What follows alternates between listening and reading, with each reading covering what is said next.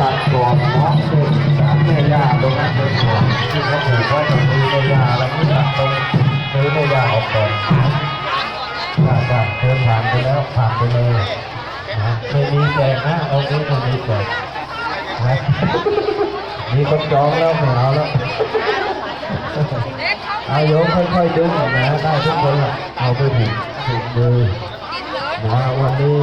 ก็เลยเป็นคนหลายลูกเป็นประวัติศาสตร์นะโยมนะที่มานั่งเกิดนะส่วนใหญ่แล้วคุ้นๆกันก็ในจังหวัดสุโขทัยนี่แหละนะวันนี้ก็เดินบางคนมาจากจังหวัดตากมาจากจังหวัดอุทัยธานีนะมาจากจังหวัดพิษณุโลกนะ9 ลูกด้วยกันโยมมาเป็นมงคลเป็นอย่างยิ่งเนาะโยมเนาะให้เอายาวมาตรงไหนไปควายยาวมาแล้วกับเพื่อนนะโยมมารับวัตถุมงคลนะรับแล้วออกเลยเนาะโยมเนาะจะได้หลวง